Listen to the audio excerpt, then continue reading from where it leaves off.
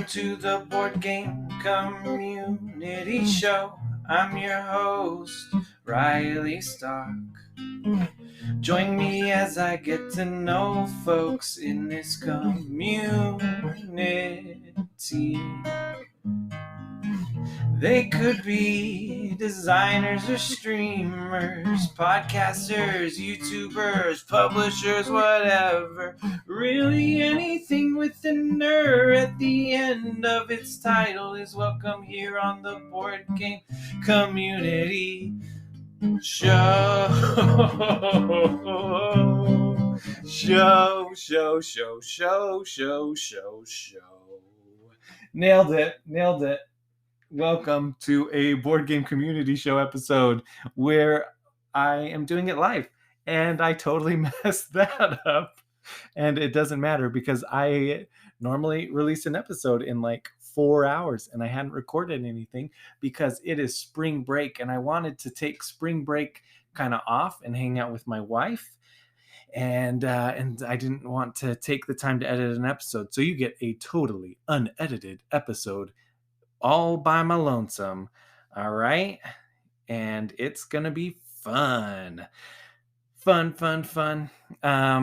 So what I did was went on Twitter and I said, it's spring break, so I'm doing a community-sode. So I asked 2 Qs, one board game related and one that's not board game related. And going back even before that, I asked people what I should even ask. And Brian Chandler at ChandlerB22 gave the suggestion of biggest surprise game so far in 22, better than you thought, disappointment, game you didn't know existed, etc. You pick. And then the second question is favorite season. So, starting with David Mann at Board Game Man. Ark Nova. I was afraid it was overhyped, but for me, it met those expectations. I've played it 12 times in the past month, which is awesome. Man, I've been hearing so many good things about Ark Nova. I went to a convention earlier this month. I'll talk about that later, I'm sure. And everybody was playing that game, and it looked so good. 2, fall. Cool weather, football, Halloween, and Thanksgiving. It's a good reason for fall. I get that. All games new and old at All Games New and Old. My biggest surprise so far is the Lord of the Rings LCG. I ignored it for years, but with the new core set, I took the plunge and I'm really loving it, even though it's pretty dang hard. I really want to try that. I've been falling in love with the LCGs from Fantasy Flight. Marvel Champions was the first one, and I really, really love it. And then I got Arkham Horror and played that with Ryan Rao, and we streamed that actually, and that's on YouTube. You could look that up. And it was a blast. I'm obsessed with it. I've only played it with him, and we're probably going to be playing it soon again. Anyways, random, her just rambling. But the Lord of the Rings one I haven't tried yet, and I really actually want to. I love spring, not too hot or too cold, and everything is getting pretty again. I totally agree. At Zoe Allred, Zoe with an X. Rising Sun. I was prepared for an overcomplicated experience, but was pleasantly surprised by how efficient, social, and compelling it was. I've been hearing that a lot too, and I really want to try that. I think it has a good mixture of things in it that seem interesting. Plus Eric Lang, he's amazing. Every season is summer in SoCal, but spring has my vibes. I love the transition from sweaters to cute lighter outfits. It's a solid reason. Spring outfits are comfy outfits. At Board Game Gran, Animal Crossing Monopoly. I know, bear with, LOL. I was really looking forward to it, even though it's Monopoly, and it was terrible, barely a game. Wait, is she saying that I should have asked a question. I tried not to read these too much before because I wanted to give a sincere reaction, but now I'm confused. It actually, she said it was This was her biggest surprise. Oh, I guess it could be a disappointment, but she loved it. I know, bear with. I was really looking forward to it, even though it's Monopoly and it was terrible, like barely a game. So was it actually really bad, but you loved it anyway? Oh, I'm going to have to follow up with you, Angela. We don't really get seasons here in Queensland, but I would love a proper autumn somewhere where the leaves turn gold. That's one of the best parts of autumn. Chris from Chris from Board Game Hot Takes at Too Much Enthusiasm. A feast for Odin, complex, dry Euro that I believe Tim at BG hot underscore hot takes described as a big ugly box of cardboard. No thanks. Then I tried it and was blown away. Go figure. Two. Well, I'm going to touch on that because Chris and I think, are very similar. Where we love our themes and we love, uh, like we enjoy the same types of games, and so that anytime he goes for like a dry Euro, I'm always really curious about it. Um, so I, and that's been one that I've been wanting to try anyways. Two, the one with two suns and a water. Hashtag Parks by Keymaster Games. I don't know the reference. I even read this one before. So I wonder if I haven't played Parks. So I wonder if I saw Parks, or if I had played Parks, I would totally understand that. And he said, or oh, at Board Game Hot Takes, Tim from Board Game Hot Takes replied, "It is a big, ugly box of cardboard, though." Shoulder shrug. um, which, if you don't listen to Board Game Hot Takes, you're totally missing out. What are you doing listening to me ramble? Go listen to them ramble, talk about specific things. Just kidding. Stick around.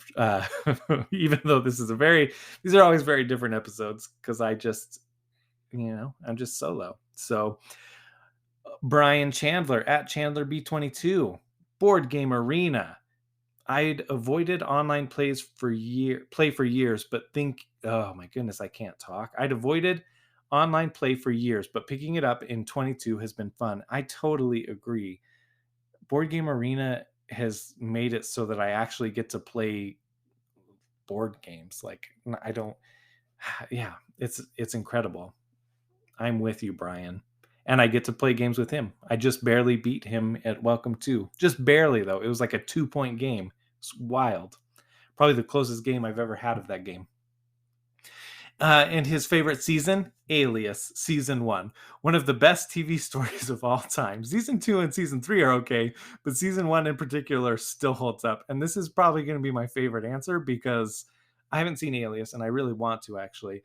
But I'm just such a big TV guy, and that he took this in a very different direction. I appreciated that. Good old Brian.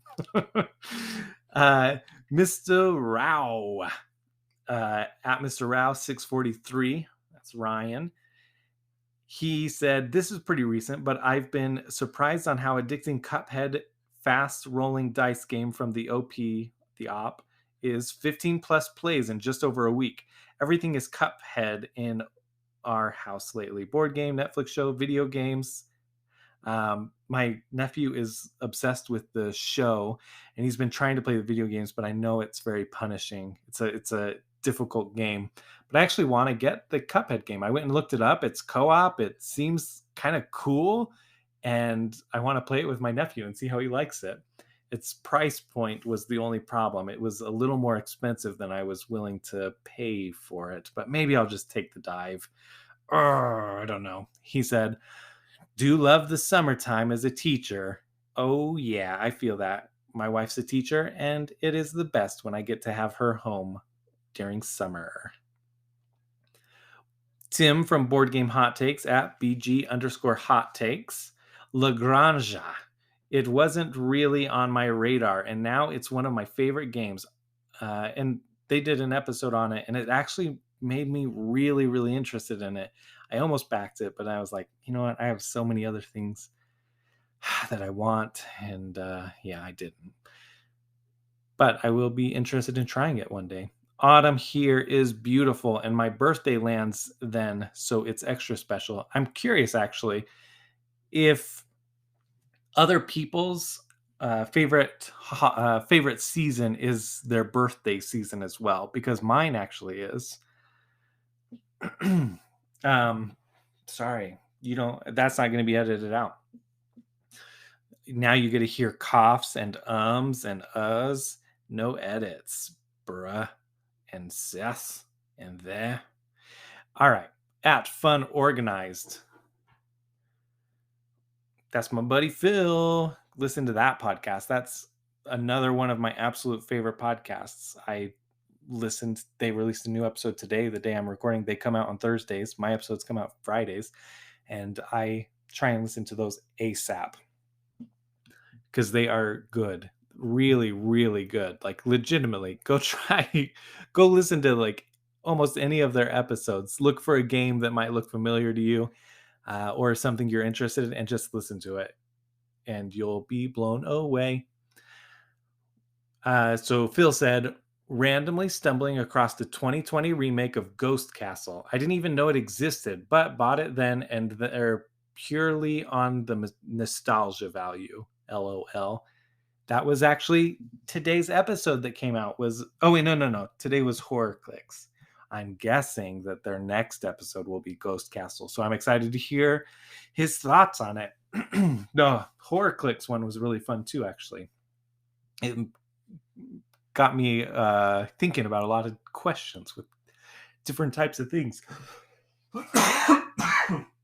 Oh my goodness.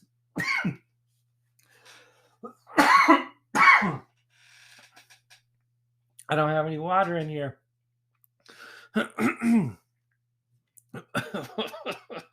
Maybe I'll see if I can edit this out.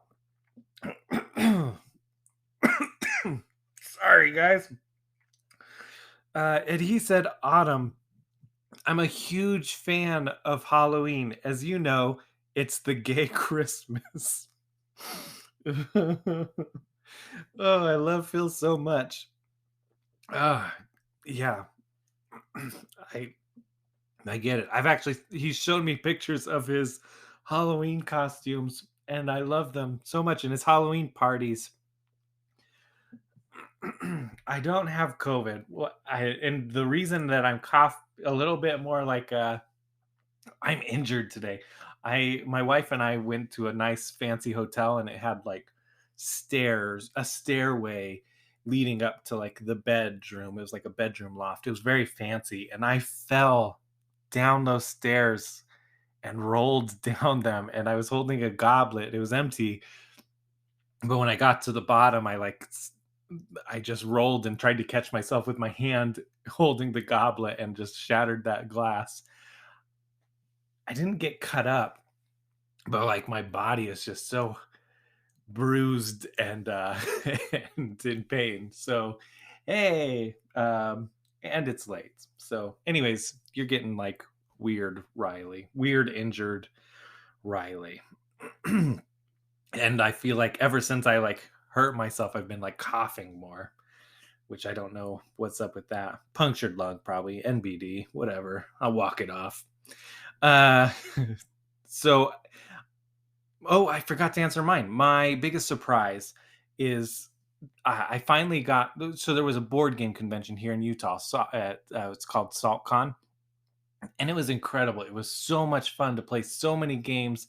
I got to like I mean just highlights probably for like the year, or even board gaming highlights in general of just being able to play with so many different people, like getting to hang out with Tim Fowers and play some of his games and meet up with people that I've only met online or talked online. I met up with like Sky Larson, who's been on the show, Rob Kramer, but I've met with Rob Kramer before. I've seen friends that I haven't seen in years since pre-COVID.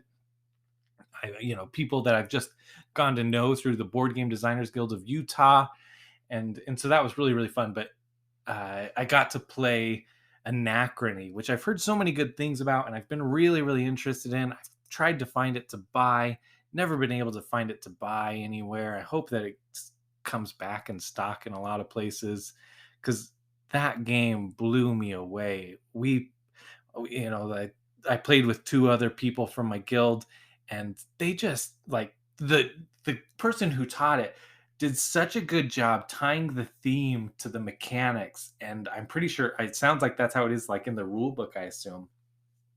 But wow, what a masterpiece. I like everything made sense what I was doing, like, and the explanation of the theme and the story made it so much more compelling, and made sense to like why I was doing these worker placement actions.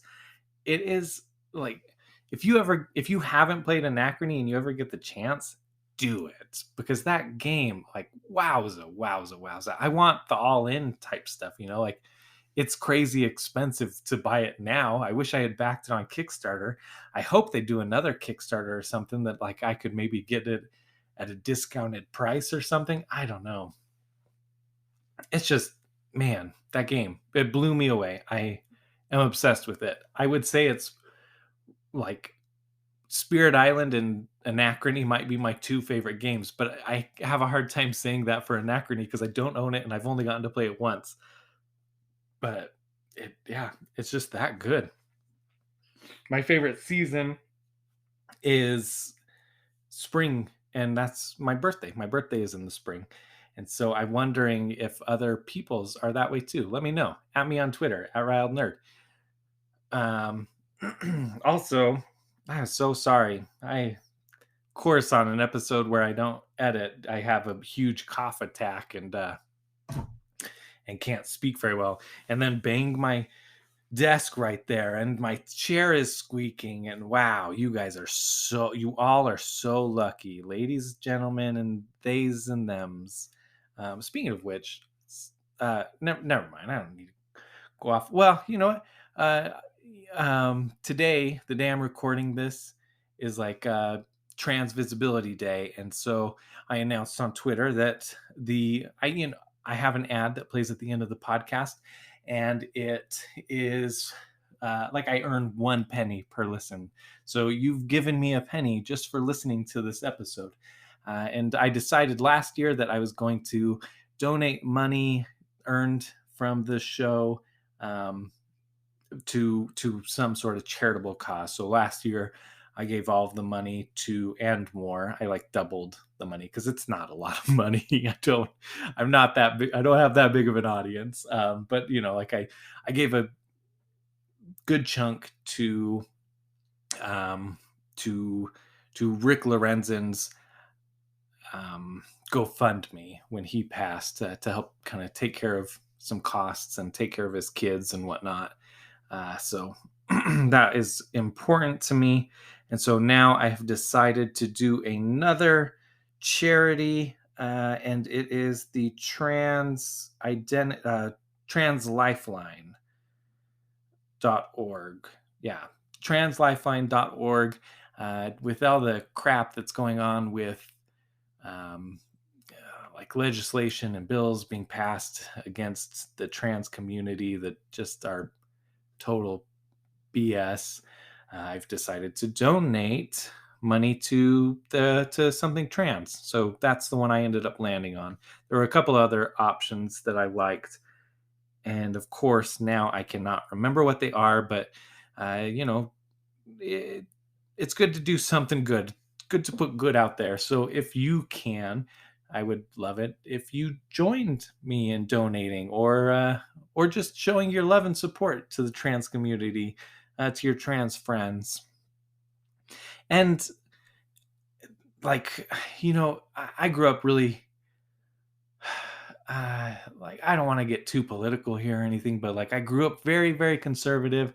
And so even like not that long ago, I was spouting and yelling like, well, there's only there's only two genders. There's only, oh, like, you're either born a man or you're born a woman. It wasn't that long ago that I was saying that kind of thing. And that was just kind of my upbringing. And then as we got further down the road, I started like, kind of wondering and actually being genuinely curious about it, and kind of looking up things and talking to people about it. And it really opened me up. And, I'm bummed that I ever thought that way, but it was also moments of growth. And I I say it all the time on here that I'm a better person than I was last year, but a worse person than I will be next year. Oh, I messed up my own saying. So there's that ramble on that. It's something that I super love. I love being called they. Zoe Allred is the only person I think that uses the pronouns they with me. I'm fine with people calling me he or she. It doesn't matter to me because I think all of it, my gender is not necessarily a part of my identity, which is why I like they so much. And Zoe calls me they, and I love it. It like fills my heart with joy when she uses that pronoun for me. All right. BGA, I just want to say that, yeah, I've been playing so much BGA. Like, I got 20 different games played in the month of March, which is nuts. Well, technically, actually, I've gotten like 24 games played because five of them were unpublished prototypes. So playtesting at like guild meetings or playtesting some games at SaltCon. But so many good games. I want to say some highlights. Obviously, number one was Anachrony for me. Blood Rage was also really cool. I got to play that with the Board Game Hot Takes folks, the Board Game Hot Takers, or as I like to call them, the Board Game Hot Cakes.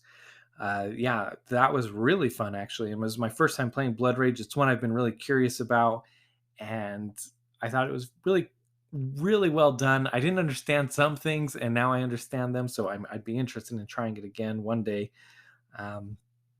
And then another one I really liked, and my wife liked a lot, was Photosynthesis.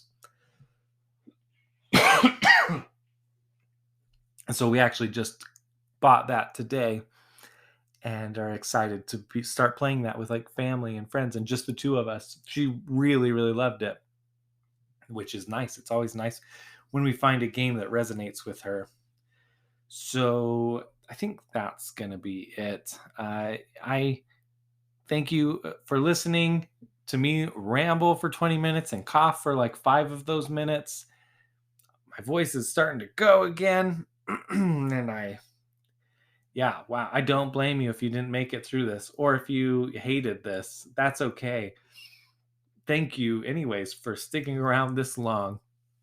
Next week, and of course, I did this like right after an amazing episode last week. Last week was with Tanya Pobeda, and that episode, like, no offense to any of my other guests, but that was the best episode I've ever had. Like, I want people to hear that episode because there was so much meaningful discussion there.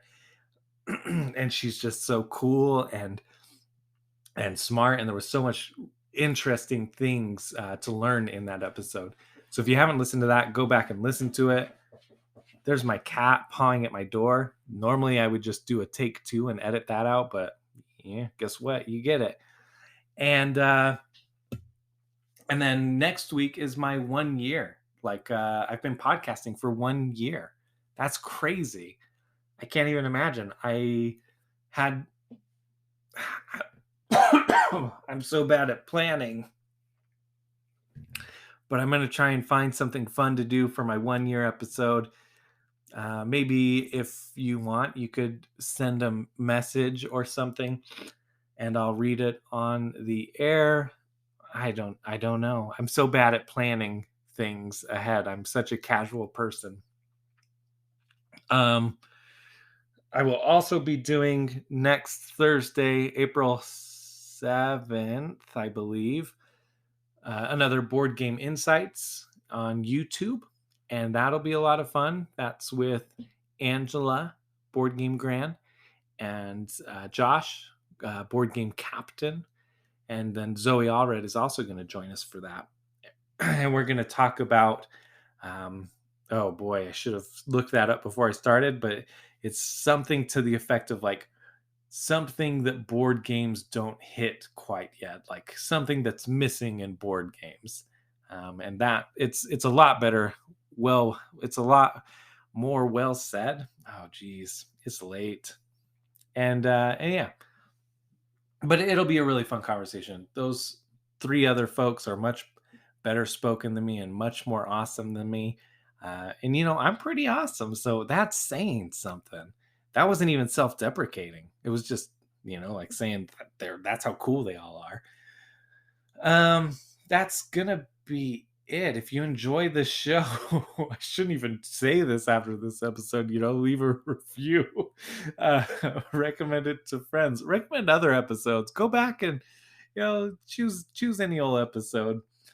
Thank you for listening, though. It really does mean a lot. I can't believe that a year is coming up, and it just it's cool also to see how the podcast has grown and the community and how much I just love this community. So yeah, I'm sure that I'm forgetting something. I've got my B&B podcast. It's more explicit if you like Borderlands, that IP. It's a tabletop RPG kind of set in that. Tiny Tina's Wonderlands just came out, right? So it's like kind of the D&D type thing. So this is sort of set in that same sort of feel. It's more focused on comedy, but again, it is explicit. So if that's not your thing, don't worry about it. It's called Friend and Foe Adventure Co. And you can find that wherever you podcast. And I think I don't think there's anything else necessarily that's library labyrinth finished and that fully funded, which was awesome. Really, really excited for that. I backed it, of course. Dice Coalition, Cyber. Oh shoot, what did I just forgot the game, but at Dice Coalition Games, go check them out. You know what? I'm going to stall right now while I pull up the game because it looks awesome. Hyper Wars. There we go. It's like they announced that they're going to be pulling out. They're going to be putting it back on Kickstarter. So keep your eye out for that. It looks really, really great. Fabricio is awesome. Just an amazing human being. I love that guy. I hope that one day I get to travel to Sweden and hang out with him and drink his kombucha because he homebrews kombucha. There's so many cool people, cool and interesting people. And I promise that we're going to get back to knowing more of those people and different people. Let me know if there's people you want me to get with and have on the show. I'll try and get people on here. Anyway, my voice is gone. I'm in pain, but I just love and appreciate all of you so much. Thank you for listening to the Board Game Community Show. Until next week, keep nerding out.